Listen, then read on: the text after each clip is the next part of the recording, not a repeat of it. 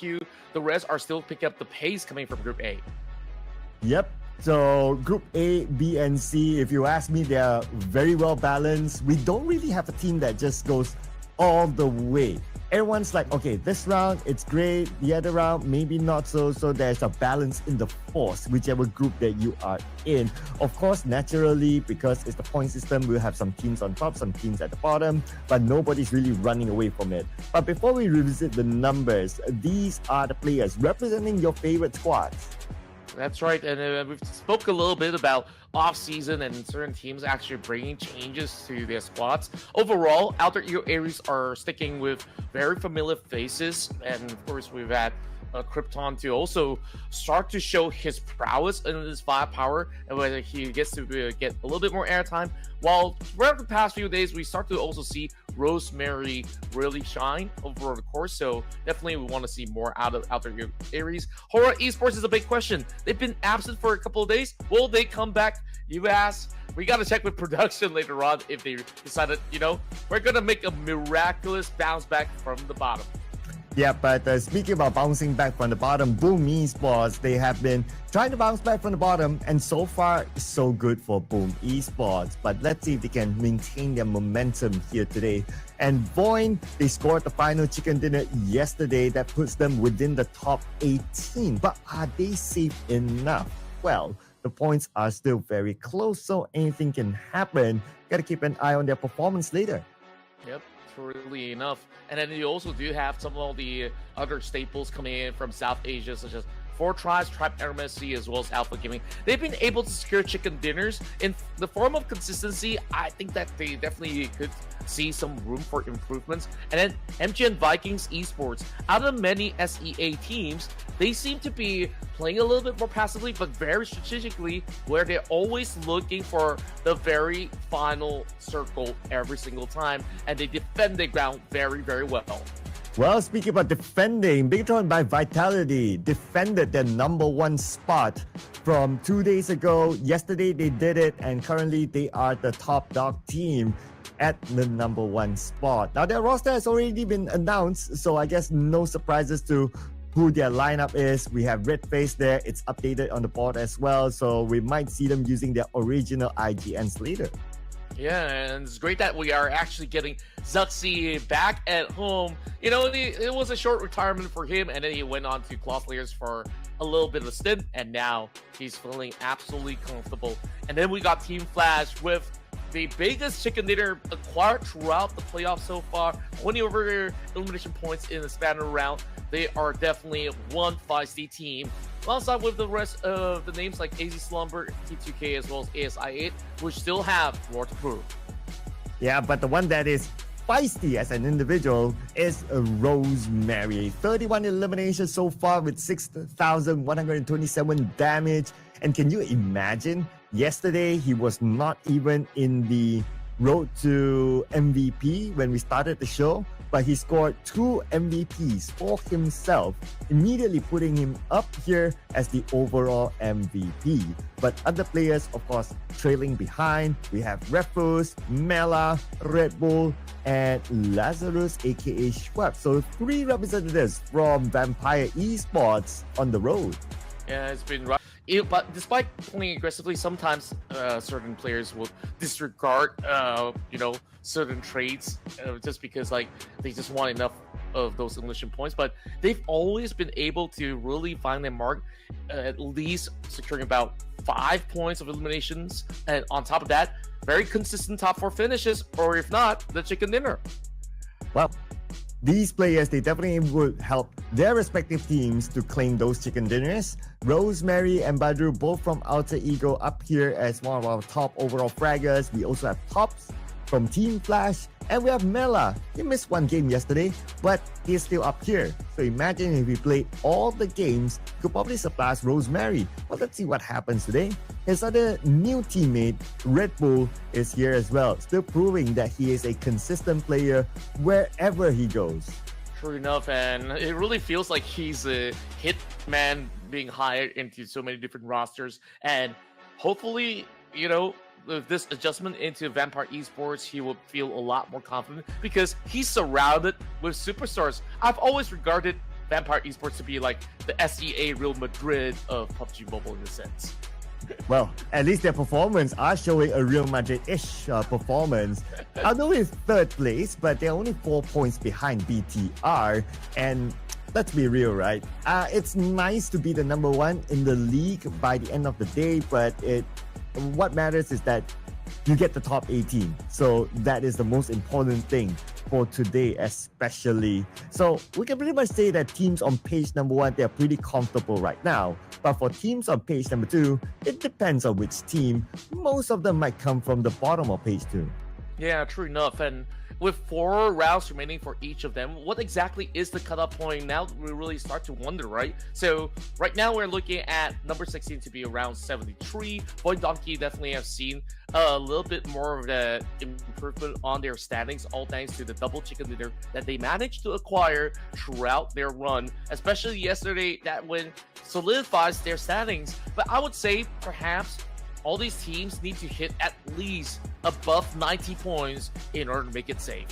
90. Okay, we'll keep that in mind later, right? Because as of now, the cutoff point is held by 4 Thrice with 71 points. But if we were to zoom in onto the next team, NapX is only 1 point behind. So that's very, very doable. And NapX, they don't want to deal with the tiebreaker because 4 Thrice, T2K, they have their respective chicken dinners. If they are on the same amount of points, naturally tiebreaker would favor those teams. So they have to get more points than 4 Thrice and T2K as per the current rankings. Other than that, I would say that AZ Slumber, 52, Homeboys, ASI8, and if Hora Esports plays today and they put up an explosive performance, they can even catch up.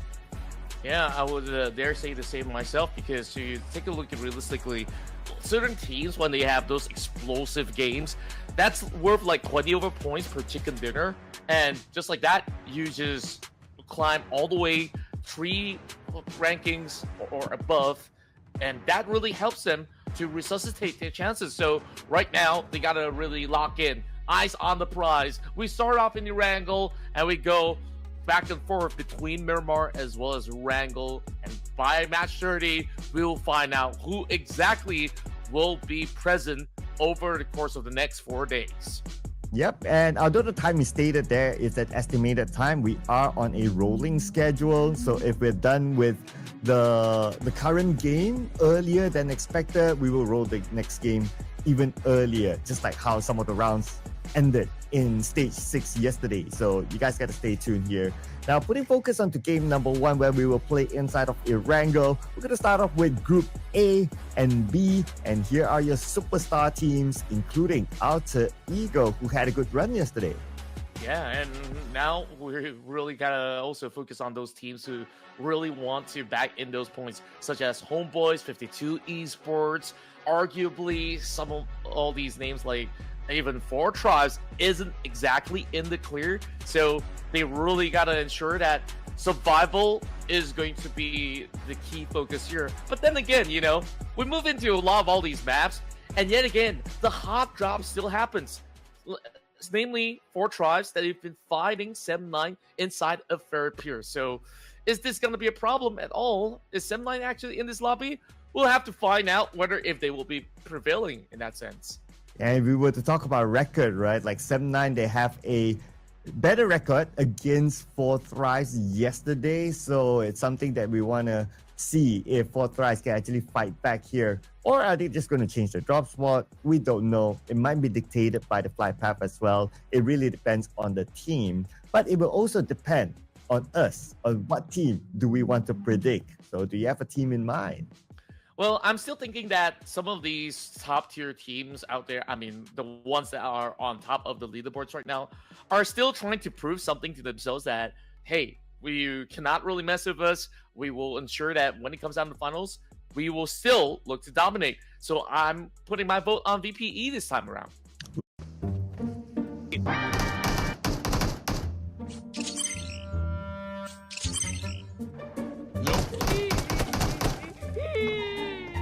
Huh?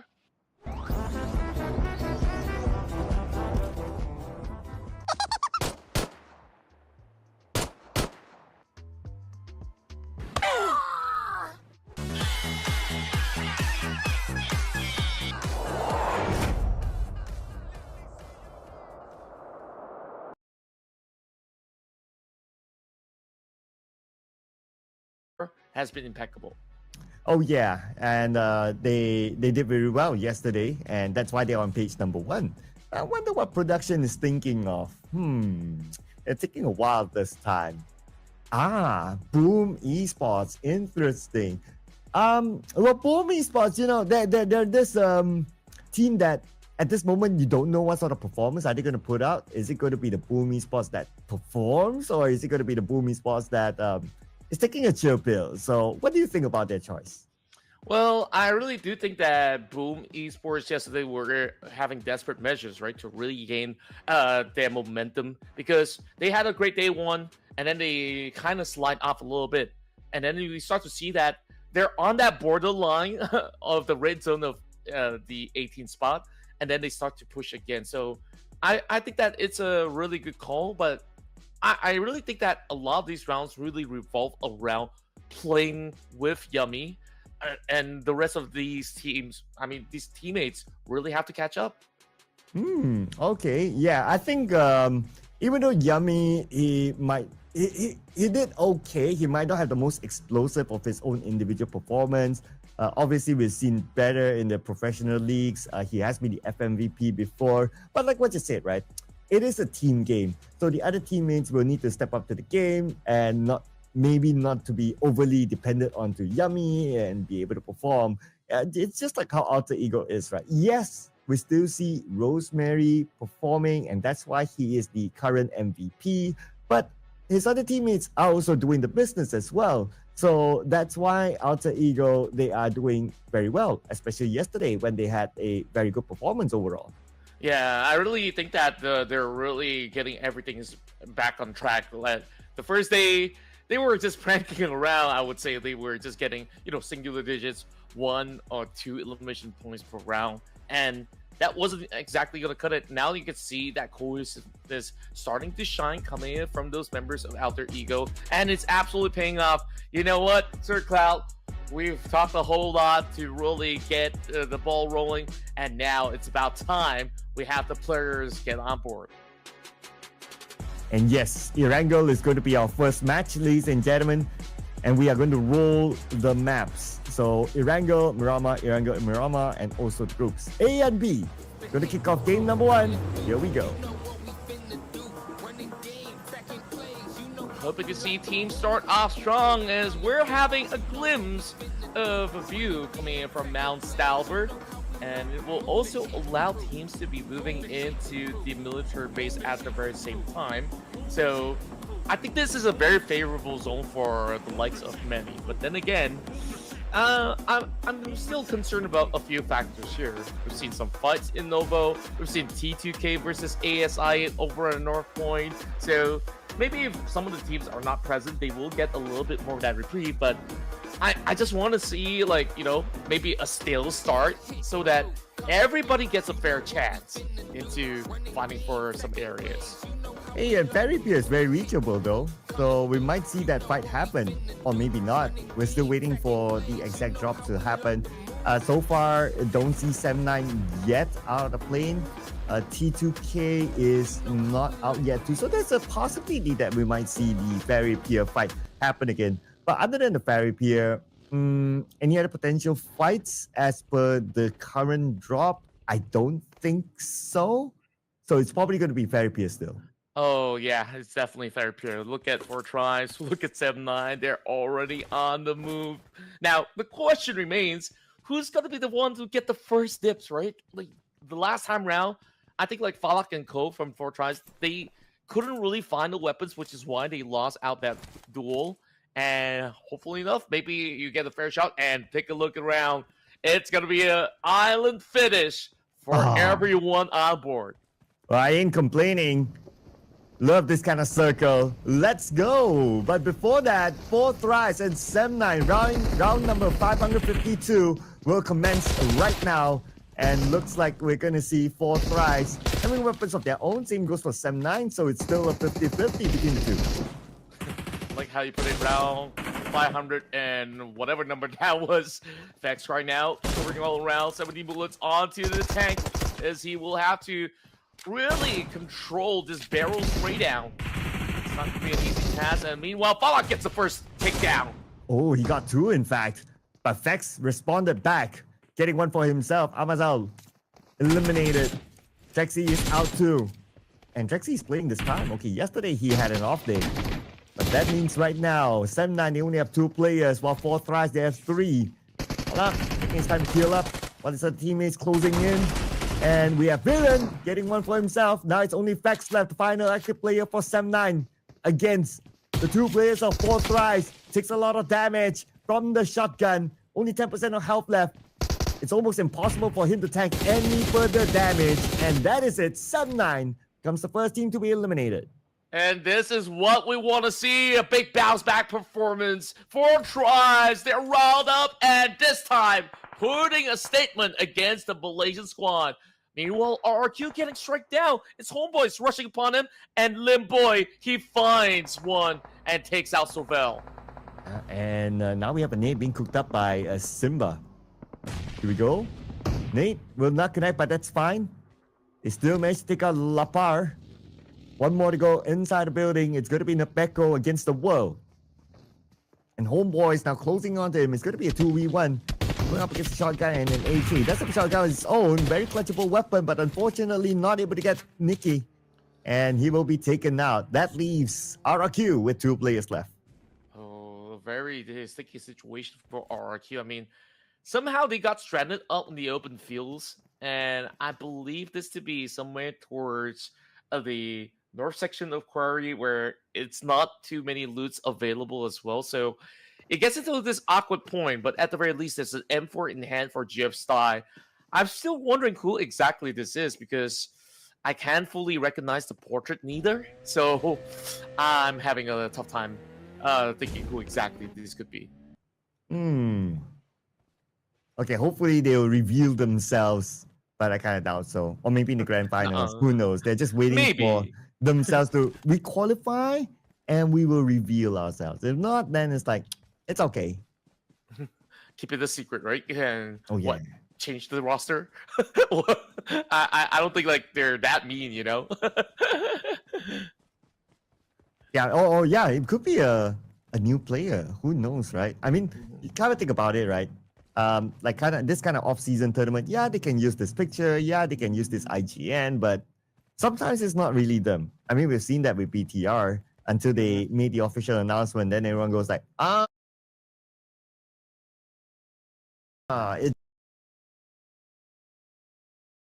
it's these guys.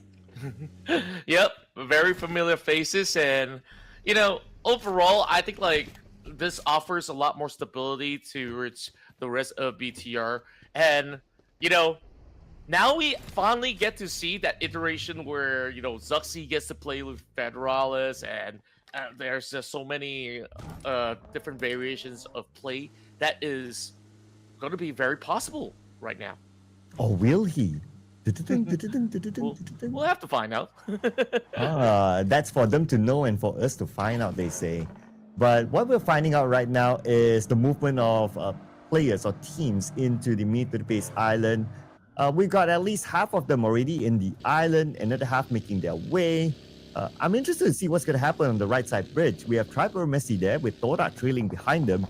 So potentially we might see a bridge fight between the two teams. Oh yeah, and I think like whoever gets to really safeguard the bridge, they're going to be able to farm a whole lot of points. There's still plenty of all these teams who are still back in the mainland. So for those who are late, maybe they're thinking, maybe it's best for us to try to stay put. We find ourselves maybe a couple of all these straggling units to try to pick off and just farm for elimination points. This could be a really good way to go. And for the fact of the matter that, you know, this being the very last day and we're given this kind of ending is just wild. Hey, not complaining at all. Let's go for it. Let's go for it. But I also want to point out the fact that, unfortunately, Horror Esports is not playing in this round.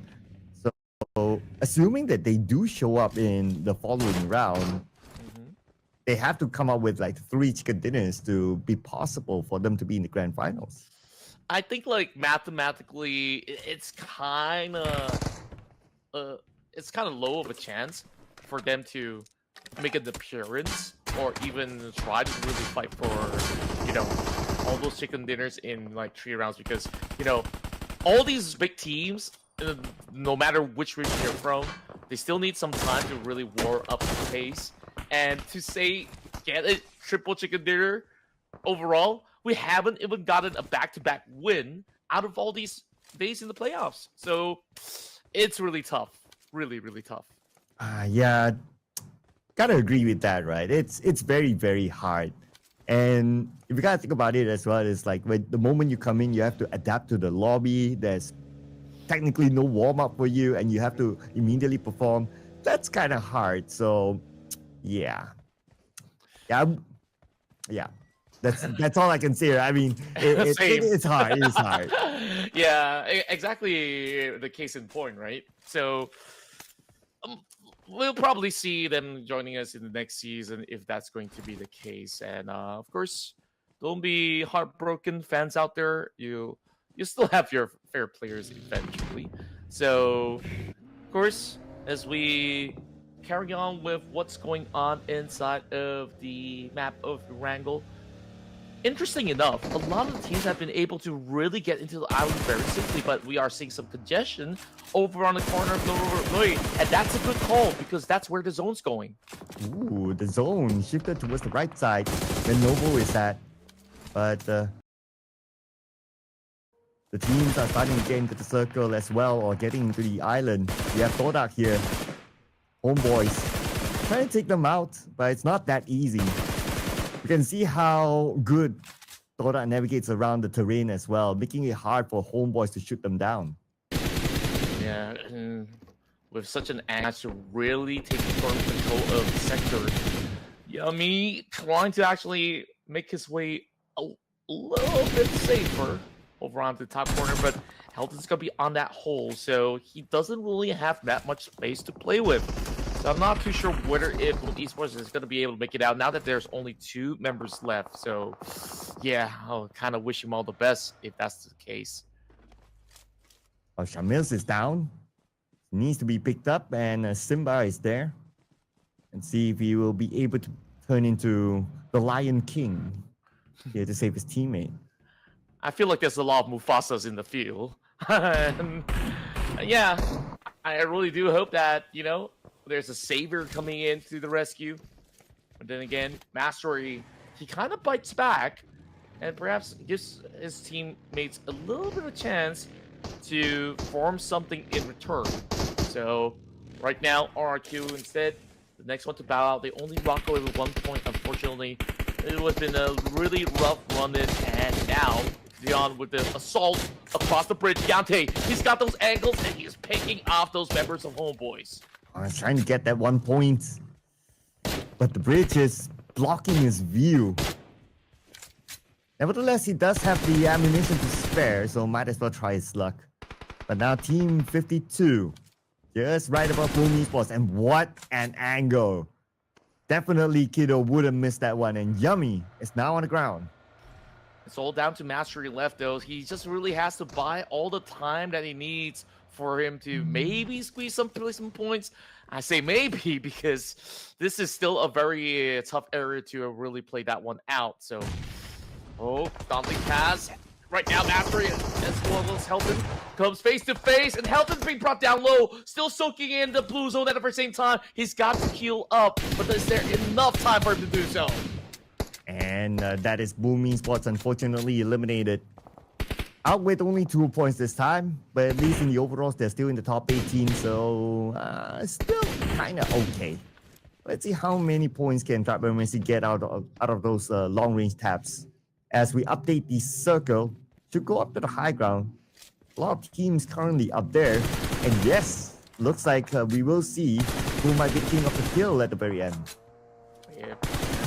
Currently, it's going to be Alter Ego holding on to that radio tower, being at the perfect focal point. Take a look at the outskirts, though.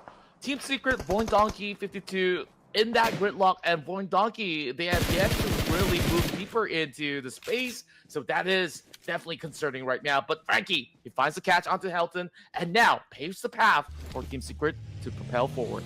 Well, they have to make it quick, because right now they're at stage 3, still taking out blue. They have to cut across this bridge.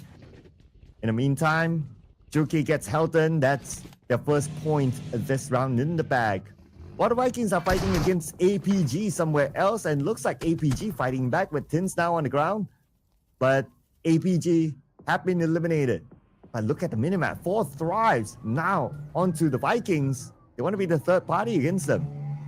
Well, it's pretty interesting on how APG went down because usually they do like to play inside of the island, and I wonder if it's going to be maybe a little bit of a rotation that they were caught off guard, and that's how they absolutely got punished. And those 1 points now in favor of MVKE. Today they're showing a little bit more aggression in the early game. That's what we want to see out of the boys of Vikings, which we haven't seen in a long while.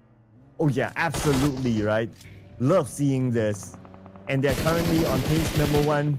Maybe they're ambitious enough to try to get that number 1 spot, to get that spotlight into the grand finals.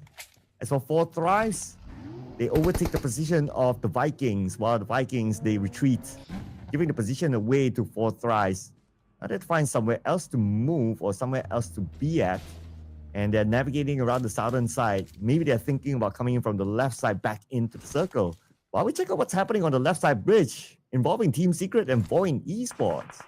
Team Secret, despite them clearing out 52 esports, they were taking their sweet time because they really want to hold out Void Esports. And oh, this might actually be biting them in the back since those shots did connect. Void Esports right now going for a revive. Potato should be picked up. It's still stage 3, semi-tankable, but they gotta make it quick though.